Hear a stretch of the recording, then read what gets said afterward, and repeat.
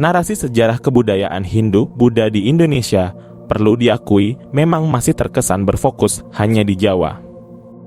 Sering kali ini dipengaruhi oleh ketersediaan sumber data yang memang secara faktual lebih banyak ditemui di pulau dengan penduduk terpadat di Indonesia itu. Pulau Jawa merupakan daerah dengan kuantitas temuan prasasti sebagai acuan utama rekonstruksi sejarah klasik Indonesia paling banyak. Terhitung jumlah prasasti yang ditemukan di Jawa sebesar 386 prasasti. Itu pun masih jumlah yang telah diinventarisasi, belum termasuk prasasti yang in situ. Kuantitas temuan prasasti pun konsekuen dengan jumlah candi yang ditemukan. Sebagaimana diketahui bahwa di Jawa Tengah dan Timur hampir setiap kabupaten memiliki candinya sendiri. Pembicaraan soal penarasian sejarah kebudayaan Hindu-Buddha yang terkesan Jawa-sentris ini sebenarnya tidaklah menandakan bahwa tinggalan Hindu-Buddha sama sekali tidak ditemukan di pulau lain. Sumatera merupakan salah satu pulau yang bisa dikatakan kaya dengan tinggalan-tinggalan era Hindu-Buddha yang unik. Satu di antaranya berada di Tanah Batak. Mungkin di benak kita eksistensi jejak Hindu-Buddha di Tanah Batak ini sedikit sukar dipercaya sehubungan dengan masyarakat Batak masa kini. Sebab, sebagian besar orang Batak masa sekarang ialah penganut ajaran Kristiani atau Islam. Sementara, sebagian kecilnya memeluk agama asli, yaitu Ugamo Malim. Padahal, Edi Sediawati dan kawan-kawan dalam Candi Indonesia Seri Sumatera, Kalimantan, Bali, Sumbawa pada tahun 2014 menyebut bahwa ada sekitar 10 percandian yang ditemukan di wilayah Sumatera Utara. Temuan ini belum termasuk berbagai macam prasasti yang ditemukan bersamaan dengan candi-candi itu.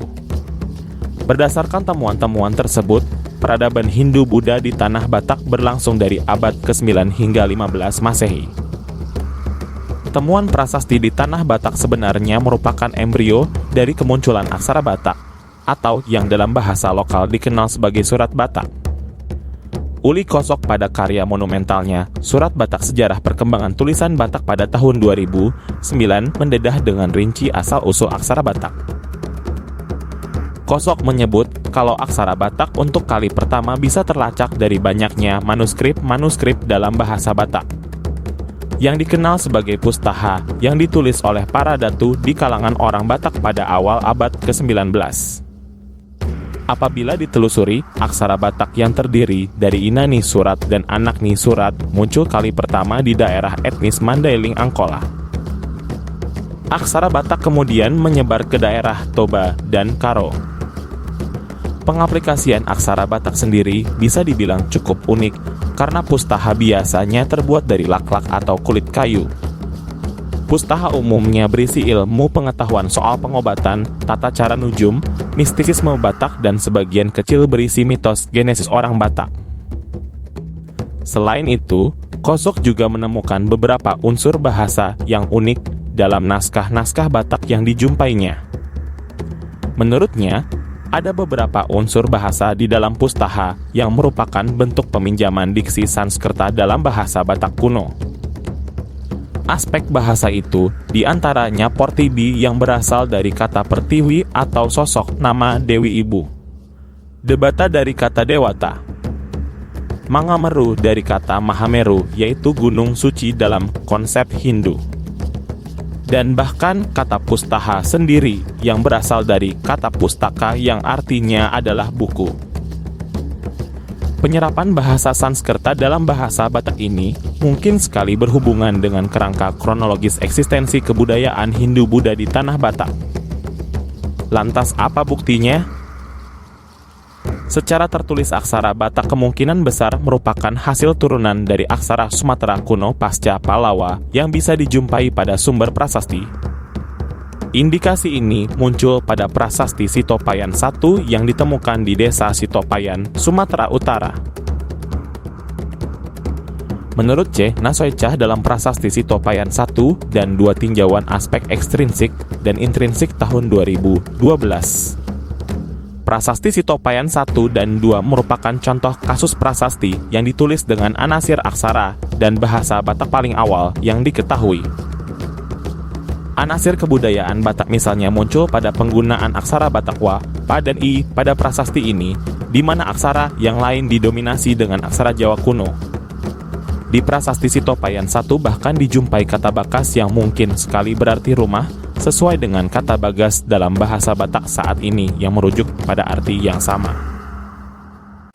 Tentu dalam hal ini, kasus prasasti Sitopayan mengindikasikan adanya interaksi kebudayaan. Aksara tersebut menjadi salah satu unsur budaya Hindu-Buddha yang masih dipertahankan oleh masyarakat tradisi megalitik Batak setelah kejatuhan peradaban Hindu-Buddha di Sumatera. Tanah Batak juga merupakan lokasi penemuan yang banyak akan bangunan suci Hindu-Buddha yang oleh masyarakat lokal dikenal sebagai biaro. Sentra penemuan biaro di Sumatera Utara ada di daerah kawasan Percandian Padang Lawas yang terletak di antara dua kabupaten yaitu Padang Lawas dan Padang Lawas Utara. Percandian Padang Lawas boleh jadi disejajarkan dengan Percandian Muaro Jambi. Hal ini mengingat cakupan area situsnya yang meliputi 7 kecamatan dan terdiri atas 26 situs. Komponen percandian di areal ini pun cukup rumit pasalnya banyak temuan struktur yang masih belum direkonstruksi. Menurut Sukawati Susetyo pada tesisnya yang berjudul Kepurbakalaan Padang Lawas Sumatera Utara Tinjauan Gaya Seni Bangun Seni Arca dan Latar Keagamaan pada tahun 2010. Padang Lawas secara arsitektural sebagaimana ditemukan pada Biaro Bahal dan Sipamutung merupakan pertemuan antara kesenian Sailendra Singhasari Majapahit dan bahkan Chola dari India Selatan. Temuan arca-arca dan prasasti-prasasti mantra singkat di sana mencerminkan kuatnya nafas ajaran Buddha Vajrayana. Susetyo menyebut bahwa apabila ditelusuri dari data-data tertulis di sana, kemungkinan biaro-biaro di Padang Lawas mulai dibangun pada abad ke-11 dan terus berkembang sampai dengan abad ke-14 Masehi. Akan tetapi pertanyaan soal masyarakat pendukung kepurbakalaan ini masih gamang sampai sekarang. Susetyo sendiri menduga bahwa Padang Lawas mungkin sekali berkaitan dengan eksistensi kerajaan Panai yang bercokol di pantai barat Sumatera Utara. Kerajaan ini oleh Lisda Meyanti pada artikelnya Prasasti Panai Kajian Ulang tentang lokasi kerajaan Panai tahun 2019 mengatakan keberadaannya bertumpu pada temuan prasasti Panai. Kerajaan ini ditengarai berdiri di daerah aliran Sungai Burumun yang merupakan bentang lahan lokasi kepurbakalaan Padang Lawas. Eksistensi kerajaan ini juga didukung oleh prasasti Tanjore tahun 1103 Masehi yang menyebut Panai sebagai salah satu kota yang tunduk di bawah Sriwijaya. Pasca keruntuhan Sriwijaya, rupanya nama kerajaan ini tetap disebut dalam Nagara Kartagama dari abad ke-14 sebagai Panai. Perjalanan mengungkap fakta peradaban Hindu-Buddha di Tanah Batak tidak hanya merupakan pencarian sejarah, tetapi juga penggalian identitas yang kaya akan warisan budaya. Meskipun sering terlupakan dalam narasi sejarah yang lebih populer, temuan-temuan arkeologis dan analisis bahasa menunjukkan keberadaan yang signifikan dari peradaban ini di Sumatera Utara. Seiring dengan ditemukannya candi-candi dan prasasti-prasasti, serta penelitian-penelitian yang mendalam mengenai aksara Batak, kita dapat melihat jejak-jejak kehadiran Hindu-Buddha yang telah meresap dalam budaya dan bahasa lokal Batak. Dengan menggali lebih dalam, kita dapat mengapresiasi kompleksitas serta keberagaman peradaban Indonesia yang telah menyimpan kisah-kisah yang luar biasa di luar Pulau Jawa. Dengan demikian, memahami sejarah kebudayaan Hindu-Buddha di Tanah Batak bukan hanya menciptakan narasi baru dalam khazanah sejarah Indonesia, tetapi juga menghargai dan melestarikan warisan budaya yang telah menjadi bagian integral dari identitas bangsa kita. Semoga video ini bermanfaat buat kita semua dan sampai jumpa di video selanjutnya.